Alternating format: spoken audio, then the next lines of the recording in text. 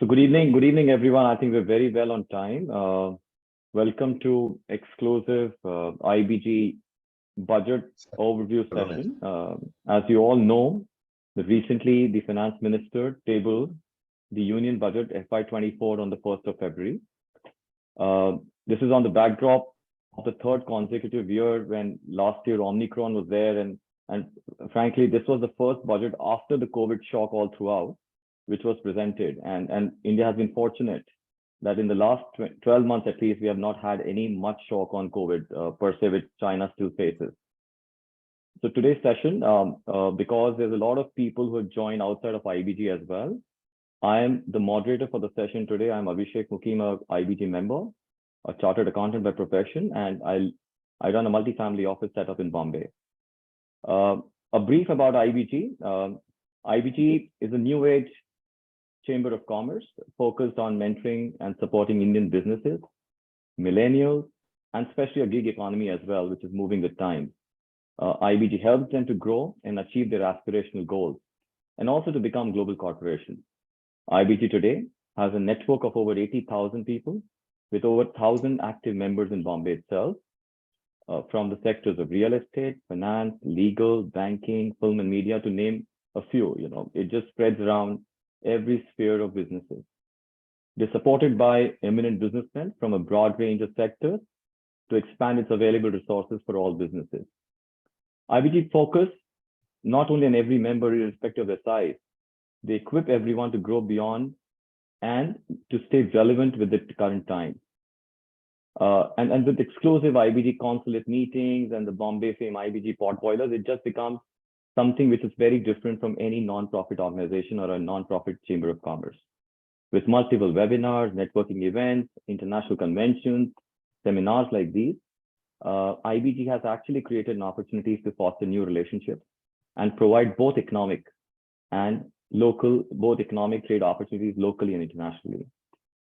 We also have the august presence of the founder president of IBG, Mr. Vikash Mitra Sen, who's also a successful entrepreneur, being CMD of Nazara Technologies, the only profit-making new age enterprise listed on both stock exchanges, and also an honorary consul of Republic of Mali. I would just request Mr. Mitra Sen to open the session with his opening remarks as we move on to the next leg of the session. Thank you, Abhishek ji. I would like to welcome Tulsian ji to giving us his time for this session. As the MD of Nazara and as founder president of IBG, I welcome all who are available today to listen to us and to Tulsian ji. Abhishek ji, I'd like to thank you very much for arranging this. We couldn't have got a better person to speak to us. Thank you. I won't hold you up more, Siddhi. You can go ahead. So just as a backdrop, because there are a lot of members from outside IBG which have given their presence today, I would just request Siddhi to just play an IBG small video. So just it enables what actually IBG does. I've spoken in words, but a video can actually, a 1-minute video will not take much of your time on that, right? Yeah. Siddhi, if you can help that.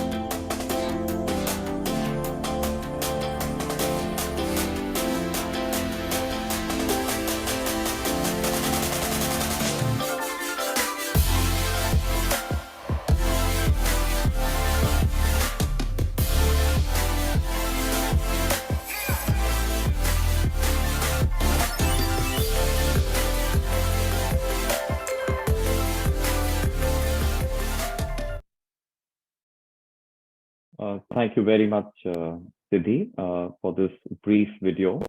We can actually go in many of IBG.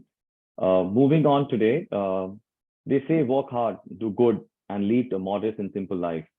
That's actually the philosophy of Mr. Tulsian, a staunch Karam Yogi. Tulsian ji is a name to reckon in the Indian investor fraternity. A commerce and a law graduate from the Bombay University, Mr. Tulsian is also a chartered accountant and a company secretary. He was awarded with Podar Ratna. Mind you, the only 50 Podarites in last 75 years have been given R.A. Podar College Ratna, and he's much sought after fundamental analyst today. His quotes on sugar, cement, oil and gas sector, regulatory policies, issues on various groups in the country are often considered as the last word.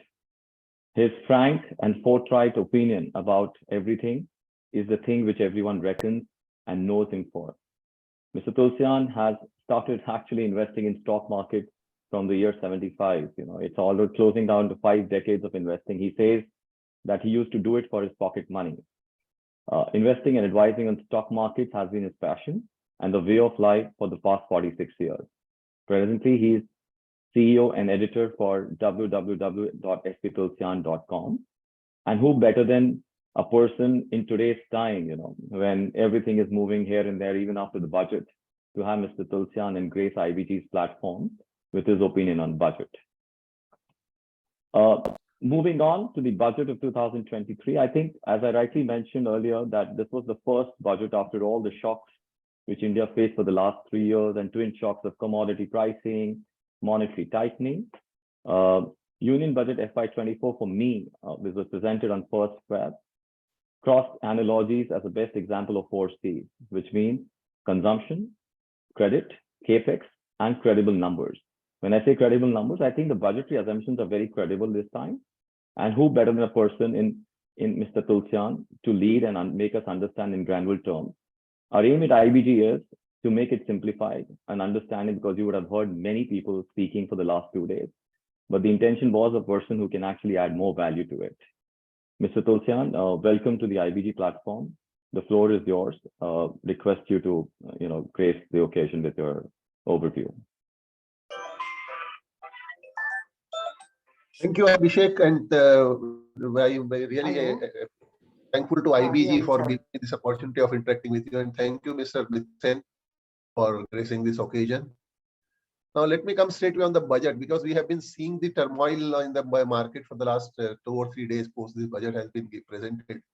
But if you really ask me first, because I'm focusing more on the budgets, and then we will be taking the peripheral point on the related issues as well, including the group on the Adani group and a lot of things. But if you really ask me, I don't think that I've seen the best budget ever in my career of about 45 or 48 years of the commercial this one. So I attribute 9.99 out of 10 to this budget for such a commendable, and this one for the simple reason, if I just quickly come on the points, I won't go into the data because they are all in the public domain already. But if I, as you have said, credible, and all the figures and all those things. If I just touched on 2 points, one is the fiscal deficit. If you see the fiscal deficit, it has risen by about 1,95,000 crore from the original estimate to the revised estimate. Though they stuck to the 6.4% as the fiscal deficit target, which has been seen very rare by any finance minister having stuck to the same situation. And this 1,95,000 crore extra spending has got offsetted by, in spite of we face the COVID kind of situation in the country. In fact, globally, that has been a cause of concern and cause of big headache for all the countries.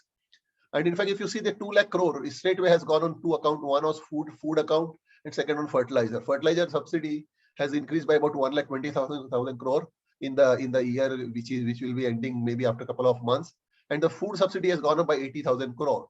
So if you add these two, for fertilizer subsidy has risen to 2,25,000 crore from 1,05,000 crore originally estimated, and food sub bill has risen by about 80,000 crore. So that means these two things, because the government has been very smart and very gently and very diligently handled the situation on the account of food and fertilizer both, because that's why we are in fact seeing the record production of the agriculture. I already seen that happening in case of the Kharif crop. Same thing here we are going to get repeated in the Rabi crop, which will be, the figures will all be out, data will all be out by end of April and all sort of things. So my point is that one must give all the thumbs up to the government on managing this COVID situation very well, taking care of the lower strata of the people, distributing free food and all sort of things to about 80 crore people below the poverty line. So this 2 lakh crore has got very well managed by the extra income on account of, and in fact, the best part is if you see the corporate tax and the GST and the individual taxation, all has risen by their estimates. Generally, what happens, we have always seen and more especially I won't hesitate in saying that more especially during the UPA time, the more especially they always used to overestimate the revenue and underestimate the expenses. And because to look the budget look prima facie smart and good and all sort of things, but here in fact last year the finance minister has underestimated the revenue and overestimated the expenses, and that's the reason, as I've said, that 2 lakh crore, exact 2 lakh crore having taken away by these two items, food and fertilizer, the net deficit got increased by the fiscal deficit got increased by 1,95,000 crore. That means the revenue were underestimated, which got reflected from the actual receipts which they have given in the revised budget estimate.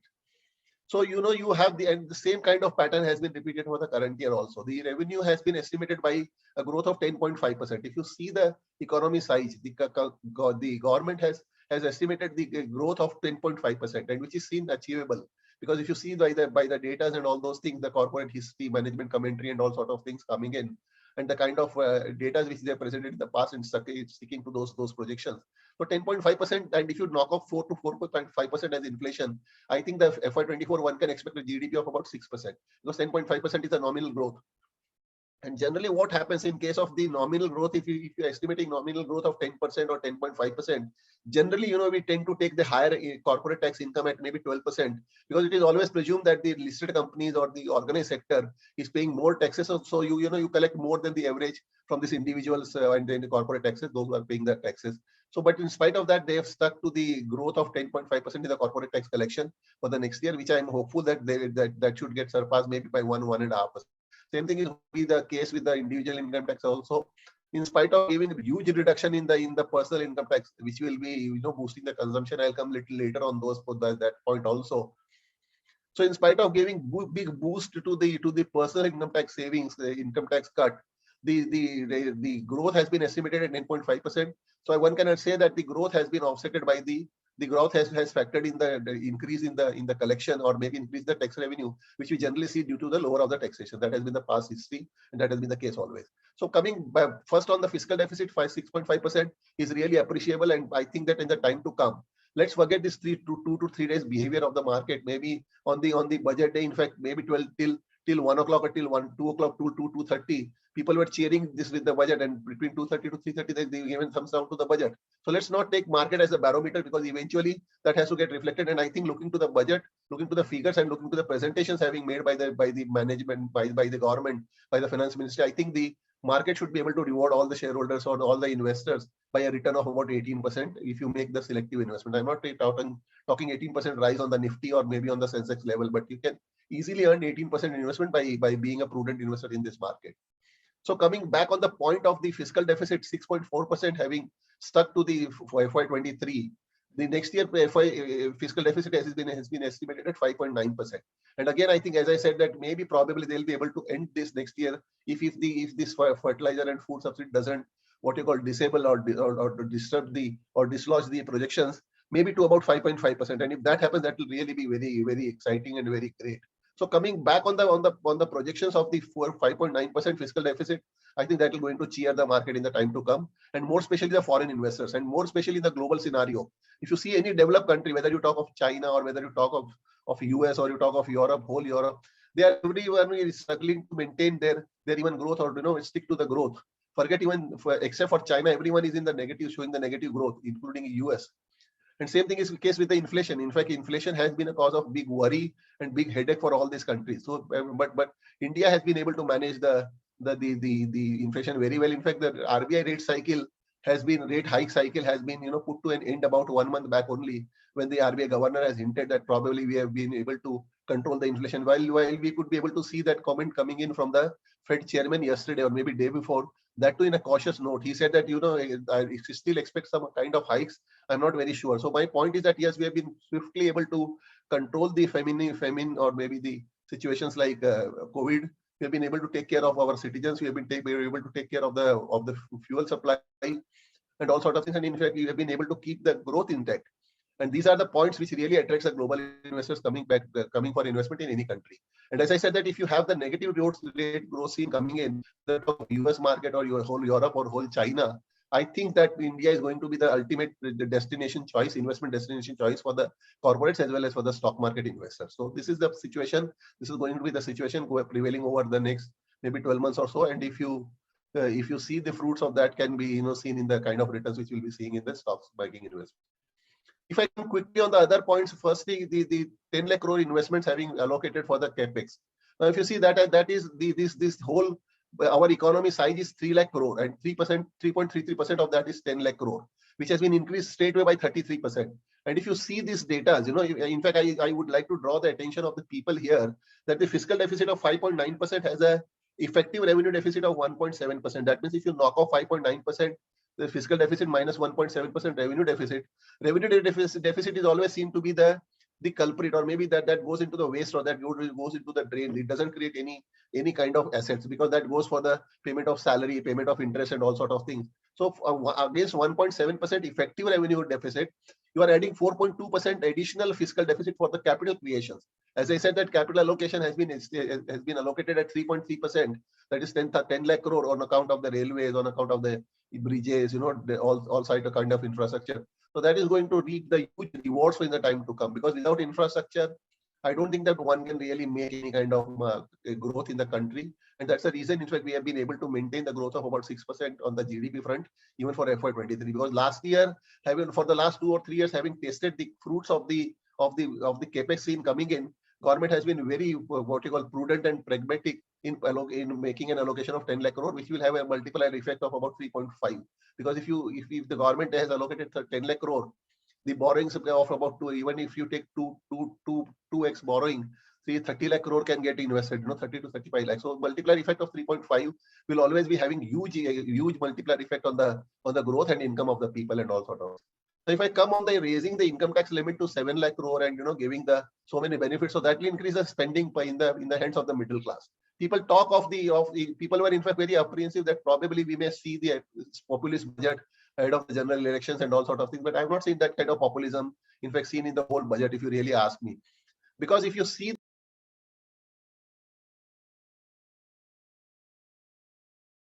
sorry, folks, it seems Mr. Tulsian has got logged out. He may join it back.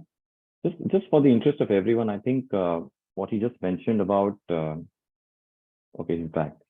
Yeah, sorry, sir. No problem, sir. No problem, sir. Please continue. So coming back on the spending power, in fact, if you see, the government has given the raise in the threshold, a personal income tax limit in one go in this last 4 years, and that is going to be the very big multiplier effect on the big growth in consumption effect on the spending as well, because the majority of the amount goes for the spending only. And if you see the situation, I think that will be adding huge benefit to the growth of the consumption and all sort of things. We are already seeing the domestic economy. Our population is about 140 crore. We are surpassing the population of China also, and that will again be, in fact, that I would say that has really saved the country from the going into the recession and all sort of things. So my point is that yes, the second point could be the extra income tax savings coming in the form of the spending and all sort of things. Now, if I come on the third point, which is really seen appealing and which is seen really attractive, is the case for the focus on the divestment and all sort of things. Because I'm just touching on all these points from the market point of view, for which market is worried. Because if you see, the last year government has estimated stake sale or maybe divestment proceed of 65,000 crore. Against that, till 31st January, government has been able to mobilize 31,000 crore.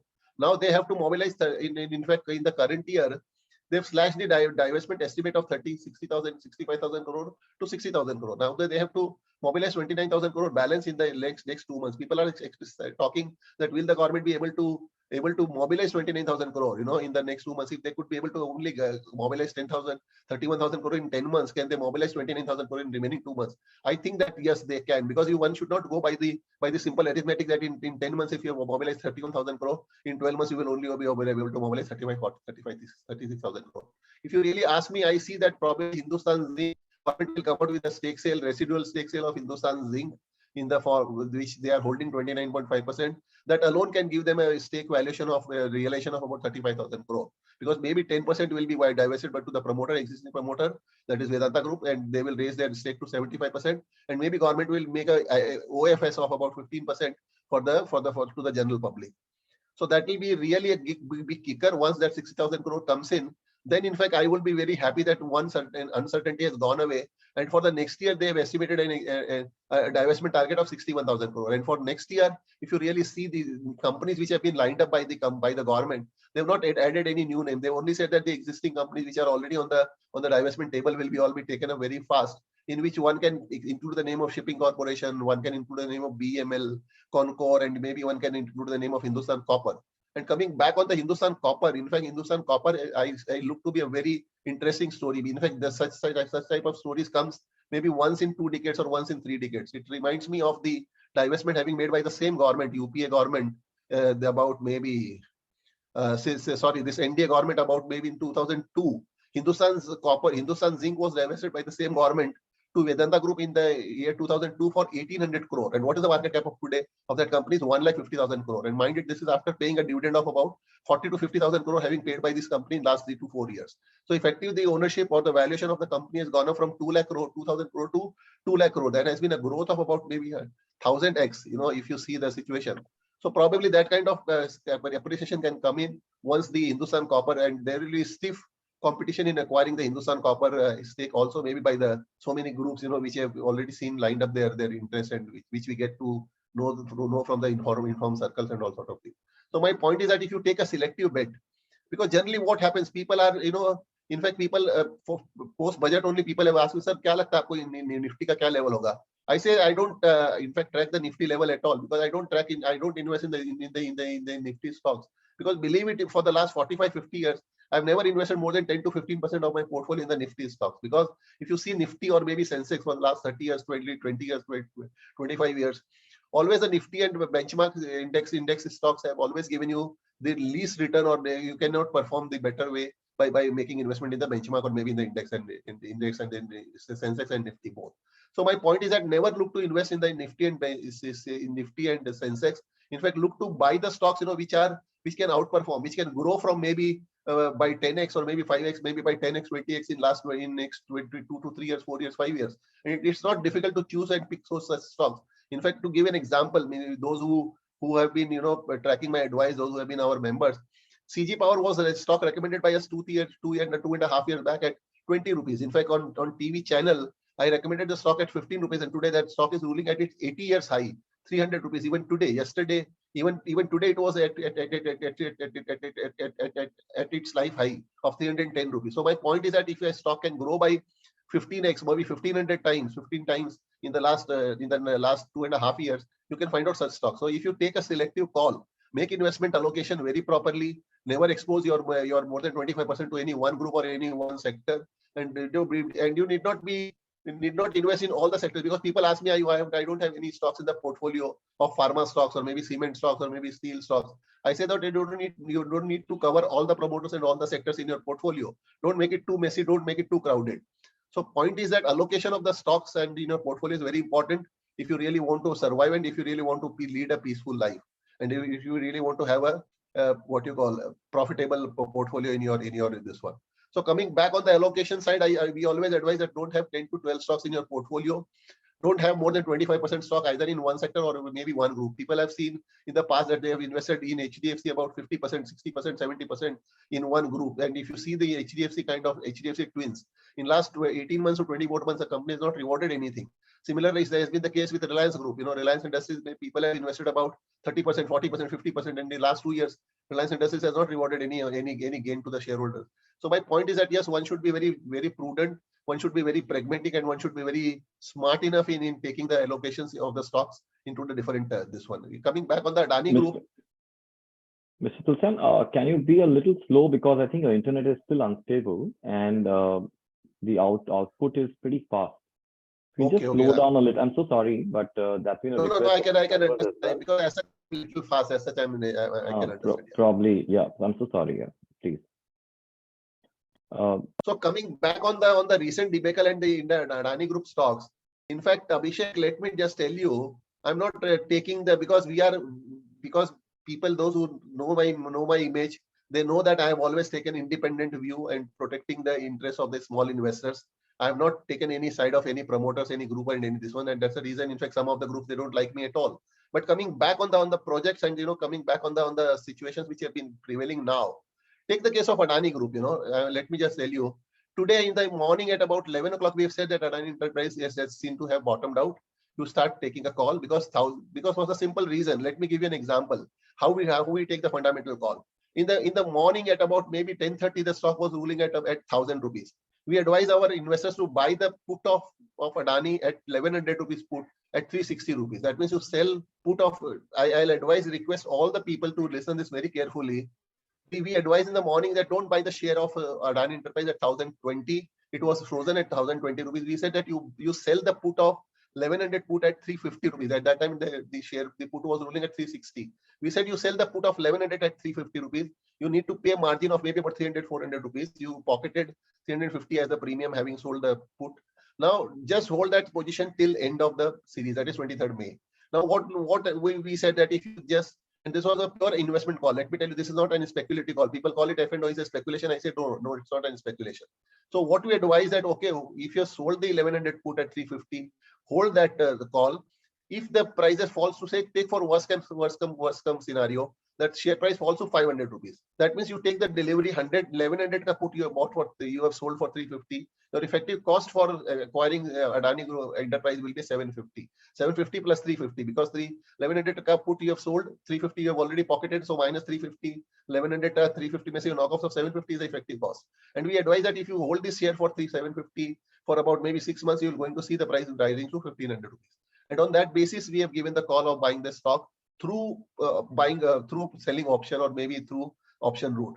And believe me, we have all seen the magic having share having moved to 1,500 rupees maybe by end of the day. That means my point is that speculative things can really destroy the valuation of a company by maybe 50% in a day, or it can make it rise by 50% in a day.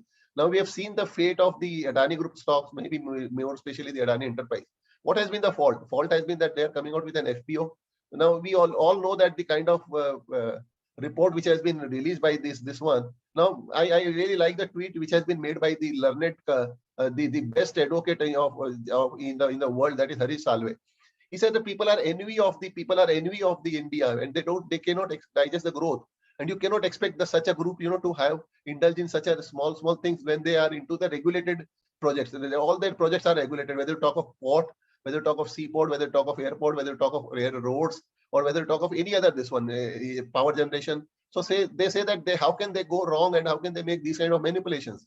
So my point is that, start having some kind of faith in India. And that is what, if you cannot be nationalist and you cannot be, I'm not saying that you expose your money for sake of supporting someone, by losing money. But at least don't listen to all these trash reports and all these things, because they will come and short the amount here. They will damage your 10 lakh crore market cap. They'll make 50,000 crore rupees and will go away from here. So my point is that, yes, take a fundamental call. And based on that fundamental call, in fact, I don't want to go into the details of the sum of the part method of the Adani Enterprise, that what all they hold.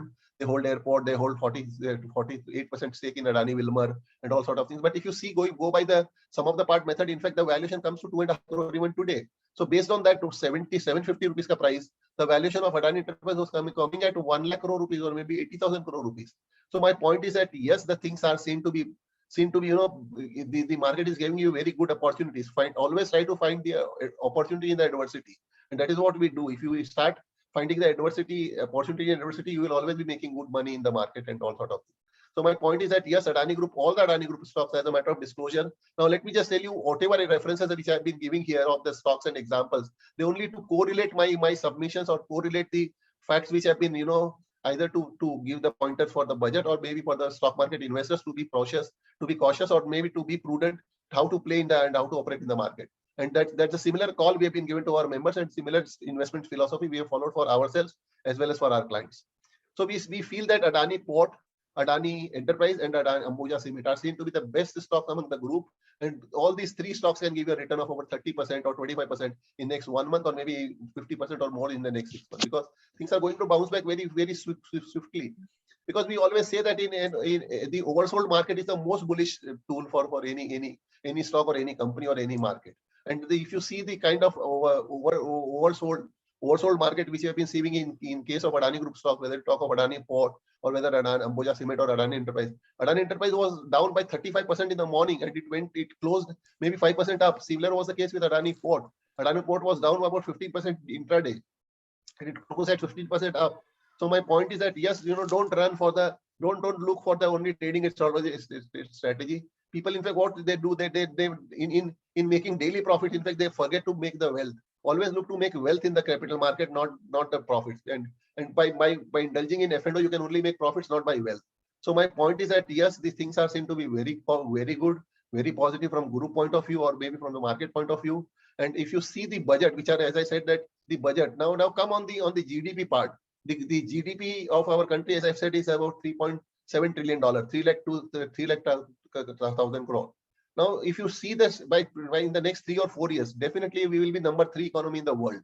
We will kick off. We will be ahead of the Germany and ahead of the Japan. We are already number 5 economy in the world after this US, China, Germany, and Japan, and 5th is India.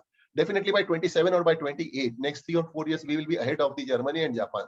That means we will be 3rd economy in the world, and that itself will be the most point of prestige as well as point of growth for our country to may come and invest in our country. So that will be the situation. Now come on the current account deficit. Why? In fact, people ask me that what is happening to the currency? Why our currency is going weak?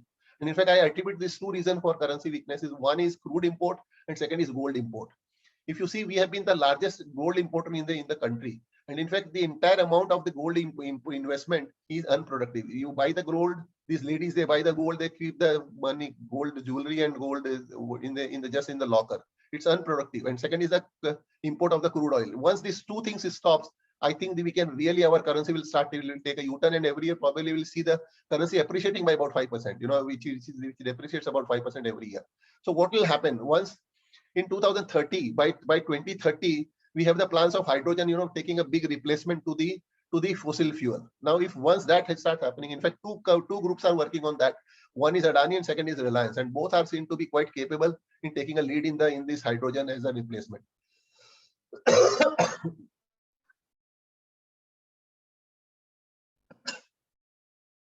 So by 2030, I think hydrogen will, once that will come in as a substitute to the fossil fuel, our dependency on the import of the crude will fall. In fact, now what is happening? We have been able to reduce our crude import, maybe in the trickling form, maybe by blending, say 10% ethanol or 15% ethanol or 20% ethanol with the motor spirit, with the maybe petrol and with the petrol. That takes care of hardly 2%, or you can cut your import by 2%, 3%.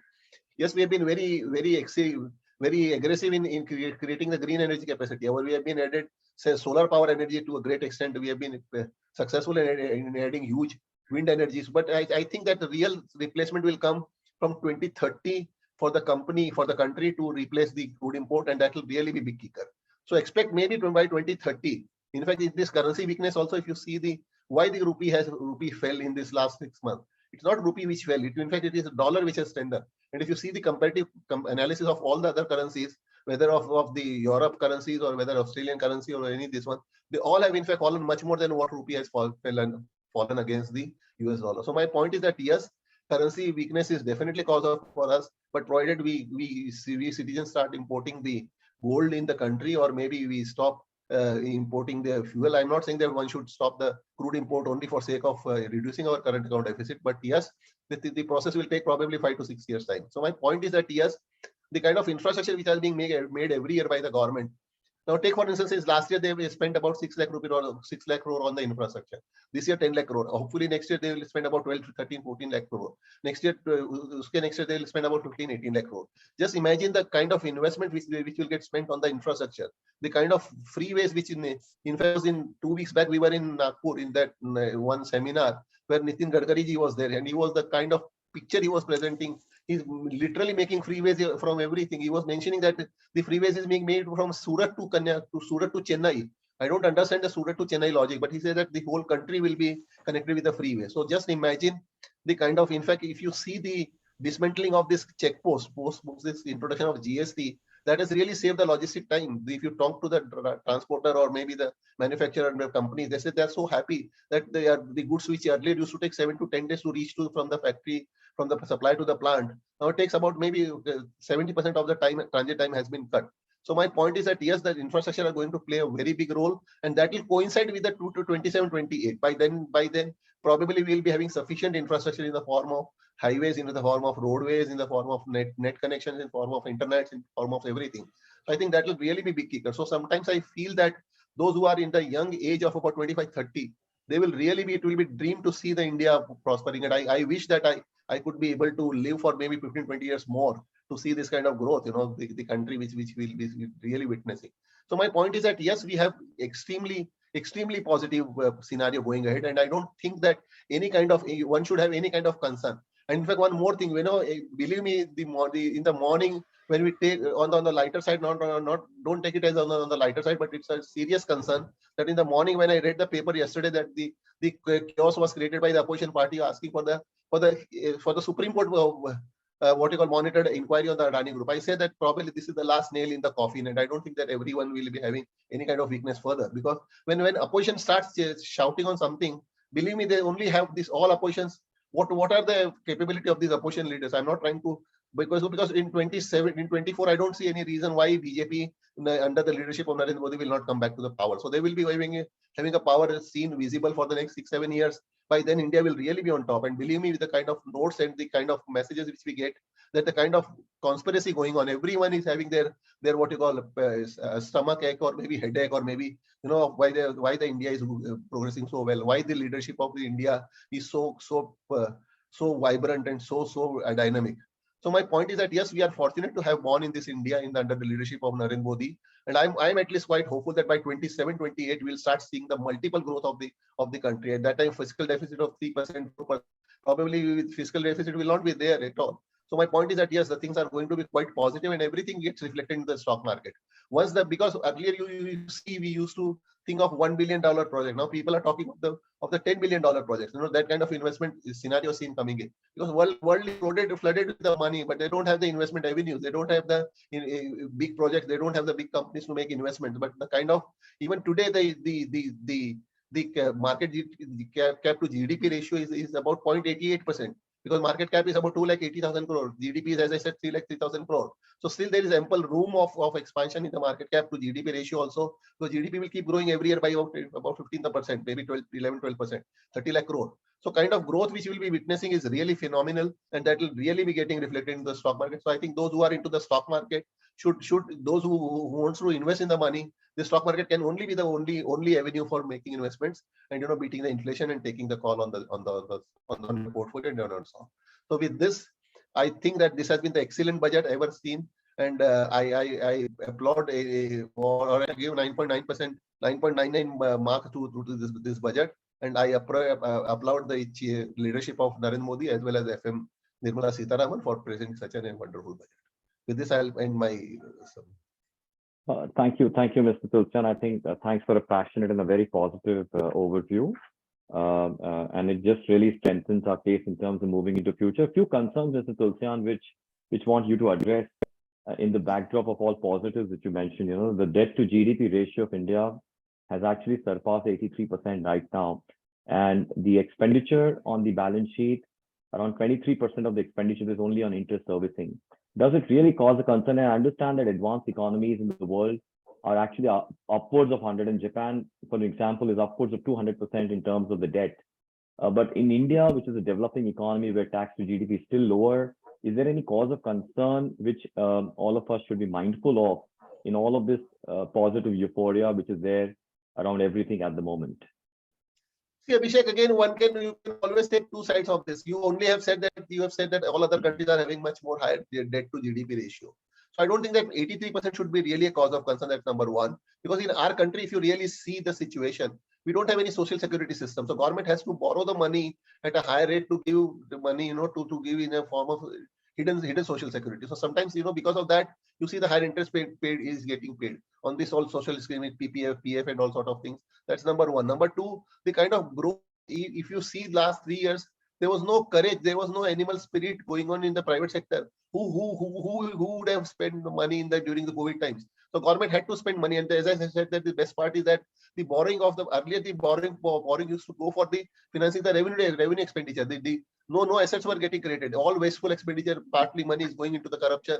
Partly going for the salary payment to the government employees. Unproductive salary payment and all sort of things. But now with the revenue deficit of 1.7% against the fiscal deficit of 5.9%, that means 4.2% of that is getting added to the capital. And if you see the corresponding, in fact, if you see the borrowing program of the government has been very stable. In fact, they have not been able to, they have not surpassed that. So my point is that yes, this current account deficit, and you can say that fiscal deficit and maybe borrowing program will take about 4 or 5 years time, but you will see a big shift taking place. The kind of income tax, the kind of personal income tax and corporate income tax income, we have seen rising. In fact, GST has been a big kicker. GST, there has been initially the first 2 years or big leakages, big what you call non-acceptance, and COVID came in, but still we have been able to catch up on the GST. Similar thing will happen with the corporate tax having fallen to 25%. Maybe if it can come down to maybe by a couple of percentage more. Maybe I'm not saying now. Maybe in 3-4 years, I think that will really be big positive. So I think on the tax front, the income will rise. Maybe expenses will wasteful expenditure will fall. So yes, these are the little longer time program which you have to provide for. In fact, when I touched upon the current account deficit and the currency weakness, I should have touched upon this debt part also as a concern. But yes, I don't think that should really be a cause of concern in the initial stage. Maybe in 3 to 4 years time, or maybe by 2030, you have to give little longer time to address these events. Once that will start happening, I think things once this crude import will start will stop by 2030. Our current account deficit can fall to a great extent. Our fiscal deficit of about 20 lakh crore can fall to that extent every year.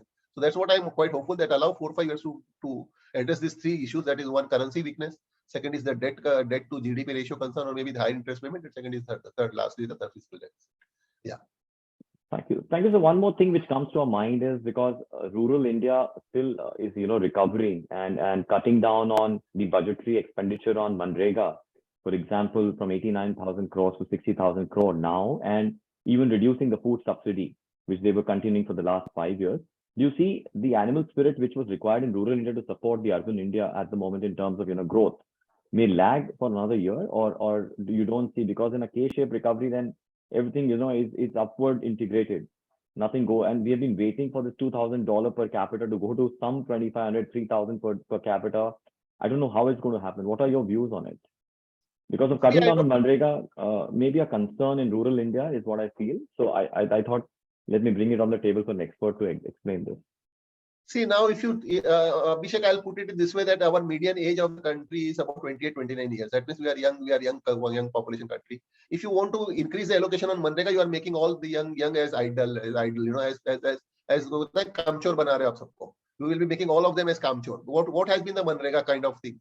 You have seen I'm not referring to the old Rajiv Gandhi having commented that 17% only goes to the money. Manrega was only digging one part.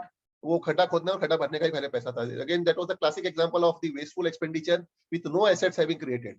So maybe at some point of time, because if you don't have time of implementing the long-term programs, because no government was confident that they will be in power in the next 5 years or not.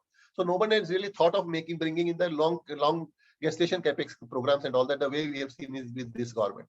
So I don't think that Manrega anyone will appreciate, even if you really ask the opposition members and you tell them to put their hand on their heart and say that Manrega can really be beneficial. No, I don't think that anybody will say that, yes, this was proven to be this way. So I don't think that if you really want to increase the rural income, that should really be the case. Yes, you should start. And the kind of, as I said, in fact, I would say that expressway are the best way to help the rural India to grow, because in that case, the migration will start, it will stop. People will not start shifting to. Now, if you take the case of Mumbai has grown to up to Virar, up to this eastern part, up to Dombivli, Ambernath, and all sort of things. People don't mind. If you take the case of metro trains will be able to connect you, take you to any part of the country, of the city in next 1 hour. So my point is that free expressway, metro train, these will really be the kicker for the rural India to grow. And I don't think that will really be a distant dream, except in the next 3 to 5 years, looking to the growth which you have been at least seeing in the case of city of Mumbai. Same thing with I was in Nagpur Nagpur had similar kind of growth in the metro train. So I think once you stop this migration of the people from the rural to urban city, that will stop the crime, that will increase the rural income. In fact, if you see in go any part of the country, the way of tourism, in fact, is being promoted. People are so happy. The personal livelihood, the personal business of maybe flying tourist taxi, or maybe opening the tourist places, the restaurant, dhabas, and all sort of things, eating places. That's really helping a lot. These are just a few examples. So I don't think that Manrega was as such was really warranted to get extended, or maybe to help the rural for increasing their income or the level of standard of living. Yeah. Okay. So as I mentioned earlier at the start of this session, that a lot of members of our are into startup and gig economy. So I think very sensitive material which comes into play is all about the personal income tax. And two, with the latest amendment on the MSME expenditure, if you can just take 2 minutes to explain the thrust on the new regime, how the government want us to move from the old regime to the new regime. And two, how MSMEs like all of us can be, now, if we are an MSME registered, the other party which has to pay us, if they don't pay us on time, their expenditure will be disallowed. If you can just spend a minute. In the meanwhile, I'll request everyone to just put their questions in the chat box and raise their hand as Pranav has done. So we'll just take it up in the due course. Abhishek, first come on the MSME. I think what I've understood from the law is that even if an MSE, because it's very not clear whether MSE to MSE rule will apply or not. Take for instance, if MSME is catering, say, to Reliance Industries, and if Reliance Industries doesn't pay them in the time, they'll not get the deduction. But even that applies to MSME to MSME or MSME also. So this is mainly to stop the kind of liquidity crunch which these all MSMEs have been facing, because of either they had to compromise on their cost and getting the first, what used to happen, these big companies and big corporates, they used to take the quotation based on the 60 days credit. Then they used to, they will get paid for 120 days, 130 days, 140 days. So these all MSCs were paying huge interest, and they were in fact losing money because of the interest payment. So I don't think that will really be the scenario of only exempting the MSME to big corporates. Even between the MSME payment, any payment delay will attract this default. We'll see the disallowance of the interest payment and all sort of things. I think this is very good for the MSME as such. This effect will going to be felt once the law get passed. Then probably this clarity will come, whether this will be to interfere between the payment by MSME to MSMEs also or not. So I think that will really be a big game changer of saving the interest cost, because interest is a big what you call big बोलते हैं एक बहुत बड़ा एक कर्ज है on any business for not making money. In fact, majority of the income is going away in the payment of the interest and all sort of things. So I think that will really be big game changer. The time to come, people will get to realize that in the next 6 to 12 months. Coming back on your point of the MSMEs and maybe the what was the other point, Abhishek? So this was on the personal income tax, that the government apparently on the budget is making a thrust to move to the new regime. They have reduced the 6 slabs to 3 slabs. Now, the new regime does not call for any deduction. So for all these years where all of us have been taking deductions under ATD or ATDD or probably ATC as well, which is critical provident fund contribution, home loan and all this, will move away. So is that a saving culture in the country can be deprived by moving into a new regime, because there's only one standard deduction which is available? So what is your advice? And all of us are in the age of saving culture, right, at the moment. Maybe all the IBG members are in their 20s, 30s, right? Or probably people like me in the early 40s, right? So what is your advice to if you see the new tax regime, I don't think that government has imposed upon you to go for the new tax. Yes, by default, it is the new tax regime which is being pushed into. But if you wish to, you can continue with the old regime. But my point is that if you take even if you continue with the old tax regime and take this all benefits of ATC, take for instance, you have invested 1,50,000 and taking reduction under section ATC. The effect of that has been carried out or reflected in the new tax regime, where the tax rate, even if you compare with the old tax rate and the new tax regime, I don't think that there is any kind of lower taxation to be seen available or seen reflecting in the old regime. So my point is that yes, and in fact at some point of time this has to come to an end of these all savings in the form of the investment, and because people have become prudent, and in fact maybe the employees, those who go for the employees provident fund, why should they go and invest in the PPF? Because that instrument, as I said, has never proved to be a rewarding one. It has not been able to fight the inflation also. If you take any scheme, whether you take the tax-free PPF scheme, which is giving you 8% interest return, that takes away, or even if I take the interest reduction, the tax deduction part also, effective return you get about 11%. Okay, so of that 6% goes for your inflation, 5% you are with this one. And the kind of alternative schemes which are available in the form of maybe stock market investments, maybe in the type of ESOP, maybe type of other this thing. That's more rewarding to be seen in case of all the youngsters and all this. So I don't think that on face of it, one may say that, oh, you've withdrawn all my benefits of 80C and 80D insurance payment and all sort of things. That's the reason. In fact, the insurance companies have taken, all stocks have taken a hit. That earlier you are paying premium and on the maturity you are getting that money as exempt. So I don't think that should really be cause of concern, because if you make, government has given you both the choice. If you want to opt for the old regime, continue with the old regime. If you want to opt for the new regime, you continue with the new regime. And in case of the individuals, I don't think that should really be a cause of concern for anyone that it has taken away my savings. Savings can be in many other forms. Yeah. Great. So I think in the interest of everyone, once you go to the new regime, if you're a self-employed, you cannot retract back to the old regime. But salaried people can actually make a choice in every year at the moment to make a choice between old and new. So repeating again, all self-employed, once they select new regime, they will not be able to go back to the old regime clearly. And for savings, I think the new, Mr. Tulsian, the way they have increased the limit of senior citizen savings scheme from 15 lakh to 30 lakh at the rate of 8% per annum, I think that would be a great tool if any senior citizen has to move their savings into it. Or probably the Mahila Samman Yojana they have come up with, wherein 2 lakh rupees per annum can be actually deposited at the rate of 7.5%. So I think people should actually explore these options for senior citizens in the family, and any woman in the family should actually see these. And coming back to Mr. Tulsian's point on MSME, we would advise you to go to your advisors and see what is the registration, the status of your company. I'm sure many of you would have registered. If anyone has not done it, and if you fall into that definition, I would advise you to actually move back to that definition and see where you get advantage of your getting prompt payments from your vendors or your debtors in that sense. So Mr. Tulsian, one question on the chat box is, what is the effect of global layoff, what you're seeing with Amazon, Facebooks and everywhere? Will it trickle down to India as well in the sector, which we see specifically in IT or somewhere else, right? So what is your opinion on? Abhishek, I think this has already started seen trickling in case of the startups and all this thing. In fact, I would say that the worst sufferer have been the IT companies. If you check with the IT company, whether Infosys, HCL Tech, TCS and Wipro, in fact, I tell you, they had hell of a time in last 1 year in hiring the people because the kind of employment which have been given by the startups. But in the last 6 months, in fact, we don't get these data published. But in last 6 months, even India has seen the same kind of problem, mass layoff, mass retrenchment. But these all IT companies are now really happy. People are moving back. Because what happened earlier in the Infosys, if he is getting 10 lakh rupees per year package, he was offered 18 lakh, maybe by Swiggy, maybe by Zomato. Now they have all been kicked off, and again they are going back to the IT companies, that is Infosys, and this one at maybe 10 lakh rupees.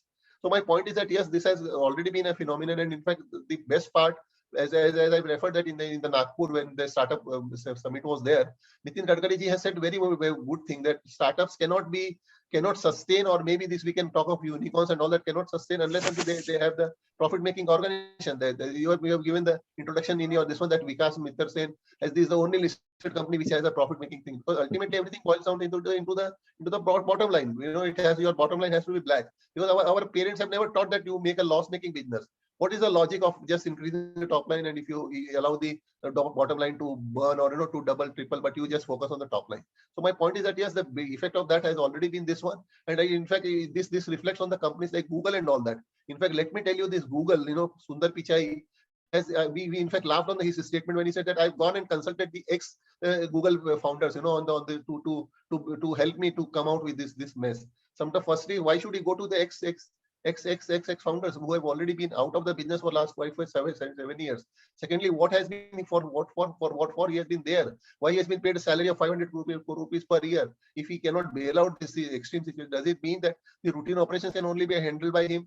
So my point is that yes, that will be the real time of testing time of the executives of this all big companies, those who hire with no with no vision, no wisdom in their mind, and just go hire and fire, and just if it doesn't work out, then they fire also. So that phenomenon has already been felt in India also, but that has been luckily absorbed because IT companies are so stable, so I tell you, vibrant that they can still absorb all the people, but at a reasonable remuneration. You cannot expect them to pay 50% hike, which have been started paid by these all startup companies. So the nutshell, in this nutshell, don't feel happy on the that India has seen 750 icons or 100 unicorns or 100 this one.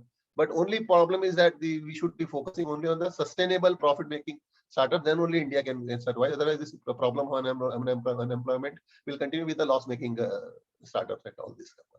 And I'm happy that Mr. Maybe Vikas Vidyasen will be able to throw more light on the Najara technology, because that's a profit making company. That company has a bottom line in the black. Yeah. Pranav, would you like to please unmute yourself and ask your question? Pranav Sodhi. Yes. So my question, sir has already answered. My whole question was basically I'm running my own startup in the hydrogen energy space, and there's a particular issue that I've seen in the industry is banking is not really very friendly to startups in the non-IT technology space. In the budget or in the future, is there some inclination towards this, that companies like mine who are in the engineering research space can get some support here? Or because hydrogen energy is a big thing, green energy is a big thing, but then there are a few gaps here and there. Pranav, let me tell you here, whatever I understand from this, because my son is looking after we also launched 3 startups, but we have always taken the startups of our side. We don't look for the outside funding. And believe me, after all 3 startups having made profitable, we divested stake at a huge valuation. The kind of valuation which we were getting in the first round, second round, third round, then in the final round, we got 10x of the third round, valuation, believe me. So our philosophy is always, and even now we are working on one startup where again the people have come to shown interest to invest in our startups, maybe at a valuation of $10 million also, believe me, 90 crore rupees. But we said nothing doing, because we want to invest about 20-30 crore rupees of our own. Once probably we'll succeed with that, probably we'll be having a valuation of 300-400 crore. This is what I expect. So my point is that, we won't advise anyone to spread beyond, because banks will never have to finance you for startups, number one. But if you go to the private equity investor, they will lay down their conditions. They will be wanting 30-40% return every year, and then accordingly they will be structuring their agreement with you. So my point is that if you are thinking of taking a big jump and taking a big, I don't know the capital outlay for the hydrogen project, which must be running in crores of rupees, or which is huge project. But so we are in fact scared of taking these big calls. So we advise that if you have the startup, if you have some startup ambition, and if you have some capability, start on a lower scale, and then we start gradually going up. Yeah, this much I can only tell you. Yeah. So my son looked after, so he would have been able to more throw light on that. But I will, whatever I as a group chairman, we look after. We just touch up on the commercial point, and technical points are looked after by my other team members. Yeah. Sure, I get that. Actually, that was not what I mean. Obviously, it's not for the jump, but sort of a day-to-day, working capital kind of thing. That is what I'm saying. You answered my question. Thank you very much, sir.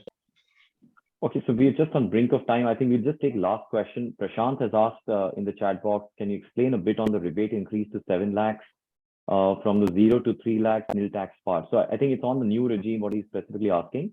So Prashant, what it invariably means is that if you move to new regime and you have an income returned up to 7 lakh rupees, effective tax to you would be nil, adjusting for the rebate which you get under section 87A. So we will specifically reply to you in interest of time on email so that we explain you better how the slabs will work. I hope that will be comfortable. And Siddhi, if anyone has a question otherwise of this and wants Mr. Tulsian's opinion, we'll be happy to reply on email if possible. Thank you, Mr. Tulsian. I think I'll just request Mr. Mittersen to close this evening. And thanks a lot, Mr. Tulsian and the team, to join on a Friday evening and spend your valuable time with us. Thank you, Abhishek. Thank you. So while I will be thanking Mr. Tulsian ji, before that, couple of points I would like to make of my own. I very much appreciate all that he has said. 2 points which stand out to me and the way I have been running my business. From day one, I had decided that we were going to run a zero debt business. And then we have grown despite of that. Everybody used to say you cannot grow unless you borrow. But we didn't, we proved the people wrong. And the second point that we decided on right in the beginning, that we will never make a loss. and we never did. So these are the 2 points that I personally feel the youngsters who are coming in now, it's fine to see these big companies growing on debt.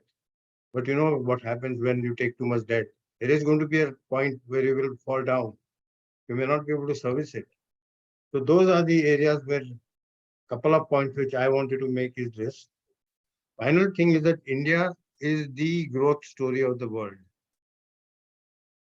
Amongst the fourth largest country now, fifth largest presently. In 2 years, we are going to be the fourth largest.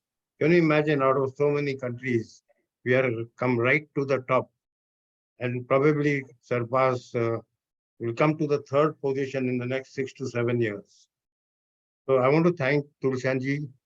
Thank you, Abhishek ji, also for making this happen. One of the best. IBG has been here now 11th year running. This is the best budget talk that we have had on IBG. Thanks to both of you. Thank you. No, our pleasure, sir. Abhishek, let me add one point here. What Mr. Sen sir has said, I think that's an apt point. In fact, I said, let me just give you an example. I won't name the details of that organization.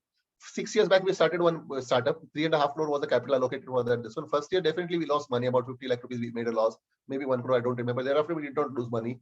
We gave a stake at 100 crore valuation just 6 months back, and we already got the check of that amount, in our company. So my point is that look for, you can otherwise also grow, because of stake, for instance, I could have taken that 35 crore, 35 crore, and could have taken a private equity investor, but I would not have grown that company to maybe 100 crore, 150 crore, maybe 1,000 crore. So what is the point of dreaming big if you are not able to make even the small portion? And by 3.5 crore to 100 crore is not a small amount, not a small growth in 5 years time, which we have made. In first year, definitely we made losses. Similar is the case with our new venture, which we are to commercially launch maybe next year. First year we'll be losing about 3-4 crore rupees. Definitely that will be the losses. But next year, I don't think that we'll be making lose. So that's a very valid point with Mr. has made. And same thing was highlighted by Nitin Gadkari in that seminar, that don't make the loss-making ventures as your startup, which can never sustain, which can never survive. If it cannot sustain, it can never survive. Thank you. Thank you. I think it can go on and on with two luminaries on the panel. Thank you everyone for your time on the evening of Friday. We look forward for the next IBG event sooner. Thank you, IBG management, for organizing this. Thank you. Thank you very much. Thank you, everyone. Thank you, Abhishek. Thank you.